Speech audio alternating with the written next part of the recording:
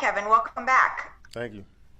I am wondering if you can describe to us what your workouts this off season have been like, particularly, or I guess over these last couple of months as they ramped up towards the season, and particularly your workouts that we saw surface with Kyrie, what that was like.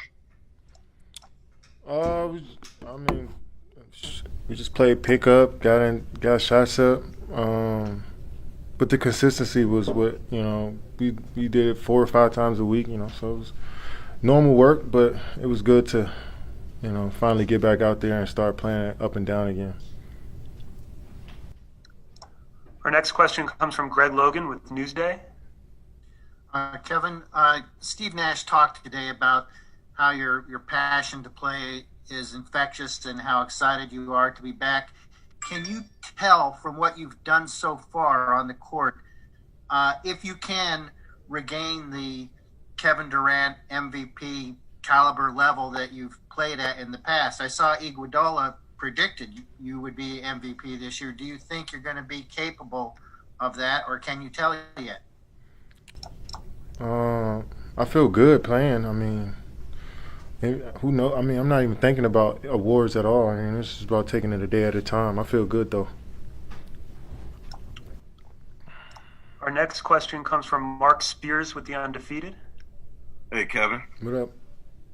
Hey, when you were watching from outside the bubble, how did you take the social justice movement going on? And I'm sure you're probably a little eager to wish you could have been a part of that.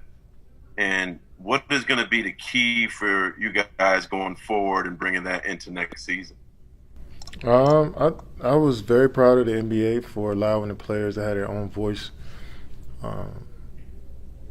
surrounding social justice. And guys have been, working in their communities for years and years before this, so if we continue to do that, then, that's really been my approach, is to continue to do that, do my work that I've been doing in my communities already, and, support the guys, moving forward. So we'll see what happens. Our next question comes from Brian Lewis with the New York Post. Hey, Kevin. How you doing? I'm checking to see, when I saw you on with Stewie, you were talking about just having to be smart in the rehab and not try to do too much. When you get into the season, have not played for a year and a half, how difficult will that be to be judicious, in the minutes and rest and not try to go overboard? It'll definitely be difficult because I enjoy playing, and if I'm in the game and coach want to pull me out early unexpectedly, of course I'll try to push back, but I know they have my best interest. But like I said, we're just gonna take it a day at a time. I mean, first day of individual workouts, was cool, and we just go from there. Our next question comes from Christian Winfield with the New York Daily News. Hey, Kevin. First and foremost, happy belated Thanksgiving. Hope you enjoyed that time with you and yours. The average person can't necessarily comprehend an Achilles injury because they've never had one, so they don't know what it feels like to have that. Mm-hmm. Can you kind of explain what it was like to rehab? And had you ever sustained an Achilles injury in the past so you had a point of reference in saying, oh, this is what an Achilles injury is like? Or was that all new water for you? And what was it kind of like traversing that injury? Yeah, it was definitely new. I never experienced that injury before, not even a strain or anything close to that, But learning how to walk again, not walking and getting assistance in everything that you do for the first 3 or 4 months was tough. I've been through surgeries and injuries before, but, the longest, recovery I had was 3 months. But the first phase of the Achilles was 3 months long, and you couldn't walk or run. You had to use a scooter. So I think just those milestones of reaching, like learning how to walk and learning how to run and jump again and getting used to certain movements again, I think that's underestimated. People don't realize that. And Achilles, that ligament is one of the strongest ligaments in your body. So for that to pop, you got to build that up, and that takes a while. Our next question comes from Bruce Beck with NBC New York. Hey, Kevin, the team expectations are high. Do you embrace those expectations? And how do you share that as well with your teammates in terms of pursuing the ultimate goal of winning a title? Well, our only goal is to be the best version of ourselves every single day individually and bring that together and work as a unit. And outside noise from people who are hoping that we fail, hoping that they see a show or get entertained by some drama. I mean, we can't control that stuff, So we just worried about, who we are individually and then bringing that together as a unit each and every day. Only the people in this building matter. Our next question comes from Rachel Nichols with ESPN. Hey, Kevin, it's really nice to see you back. You were talking about how hard the rehab is from an Achilles injury, and there's such a wide swing in recovery. Some guys are never themselves again, and some bounce back really strong. So was there a particular point in your recovery when you could really feel confident that, yeah, I am going to be myself again, that you had that moment? Who knows? I just got to see how I feel in a real NBA game again. Our next question comes from David Aldridge with The Athletic. Hey, Kevin, you are at a different part of your career than you've been at any point. I just wonder how you have imagined yourself as a player and leader at this stage of your career, and some of the things that you think you really bring to the table now that maybe you didn't bring as a young player, and some of the things that you have to compensate for being an older player.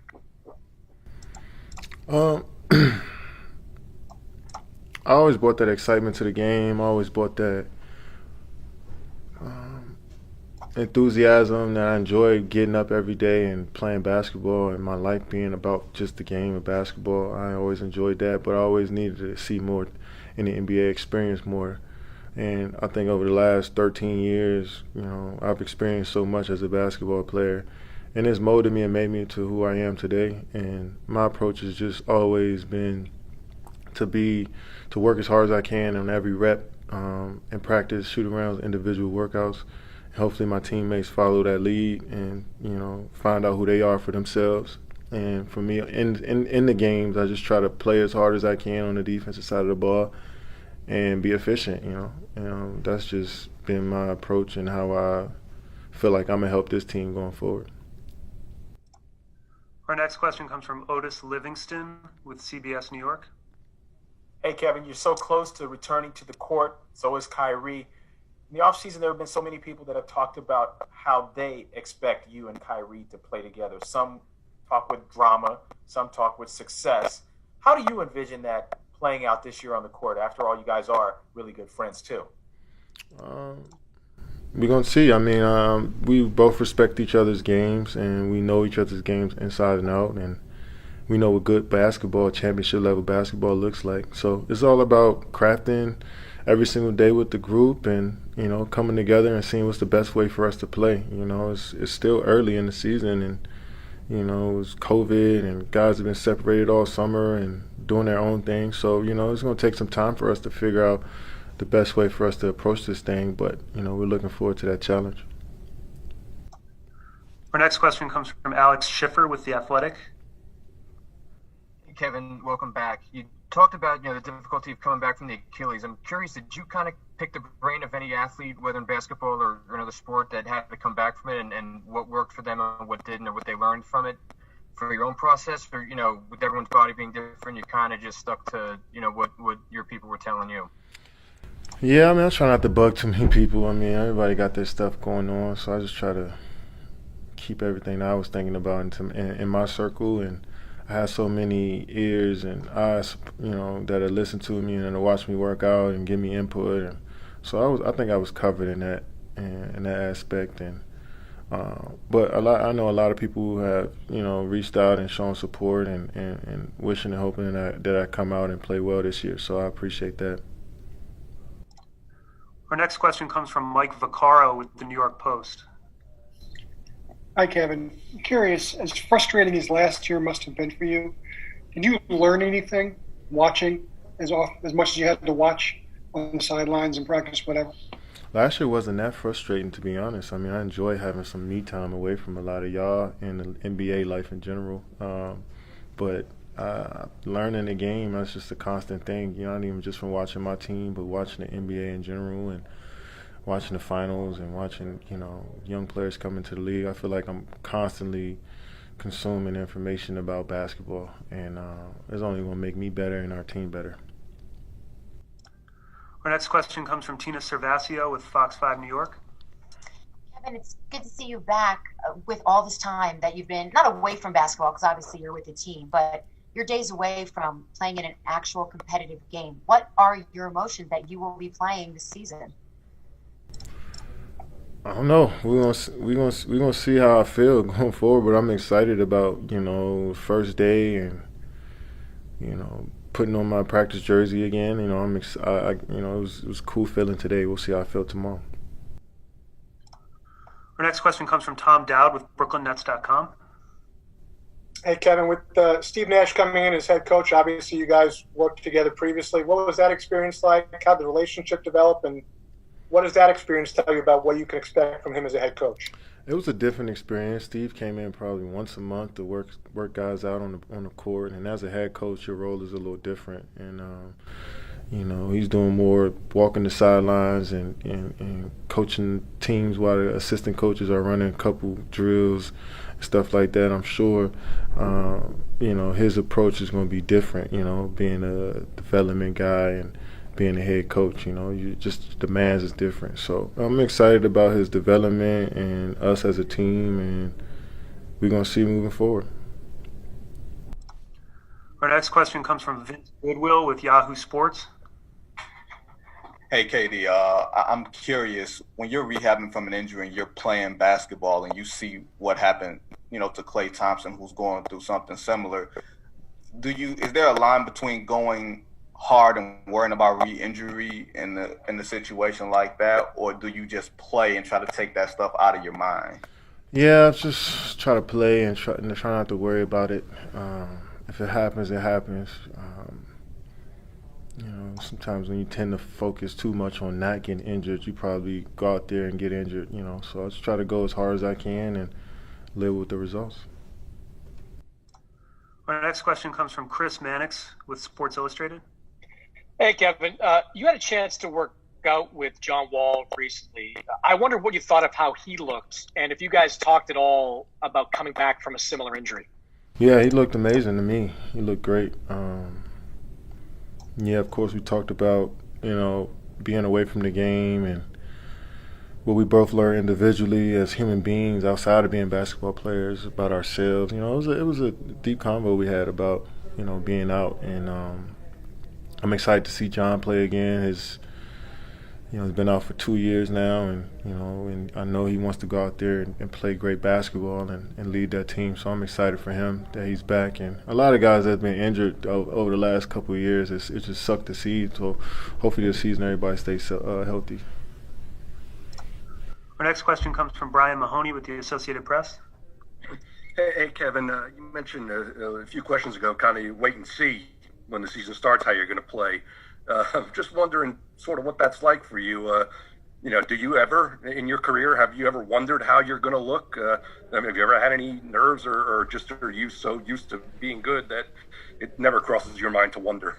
I definitely used to have crazy anxiety wondering how I was going to play the next day or in the next series, and it used to drive me crazy, you know what I'm saying? And for my mental health, I guess, it's easier for me to have this approach of just, waiting to see what happens and then falling back on the work that I put in, you know what I'm saying? And if I fall back on that work, then, I don't have to worry too much about what happened. I already know it'll come naturally. Our next question comes from Sopan Deb with the New York Times. Hey, Kevin, I was wondering if you could tell us, are you 100% right now, or are you limited at all in practice, or are you physically going 100%? Oh yeah, every drill that I've done, I've been going as hard as I could. I don't mean 100%. I mean, what it was. I mean, shit. I've been in the league for 14 years. Even if I didn't have an Achilles, I probably wouldn't be 100%. So, it's the wear and tear over time, I guess. But I feel solid. Our next question comes from Ian Begley with SNY. Kevin, thanks for doing this. I hope your friends and family are well, given the circumstances. Just curious, there's reports about James Harden, targeting Brooklyn as a potential destination to come via trade. Do you address your teammates at all about rumors like that? Because I'm sure that's not going to be the only one. Or do you just kind of let that stuff sit and not talk to guys about it? No, we're all professionals, and we just go about our days, come in and go to work and go back home. And whatever happens, guys will be prepared for anything. Our next question comes from Justin Walters with Pix 11. Hi, Kevin. Hope all is well with you and yours.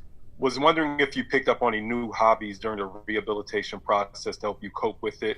And do you have a different approach or even appreciation for the game? You spoke about obviously putting on your shorts and being on the court, the exciting feeling. Do you have now a different mentality now that something was taken away from you and you're back here? I didn't pick up any new hobbies. I was pretty much just focused on rehab, I guess. Now I reflect on it, I didn't really think about picking up anything new in this time. What was the second question you said again? I'm sorry. Say the second question again. Yeah, sure. The second question is, now that you're back on the court, do you have a different appreciation or even approach to the game when something was taken away from you? You just spoke about that exciting feeling, having the shorts back on, being with your teammates. Yeah. No, I always appreciated the game. I always was grateful to play this game every single day, and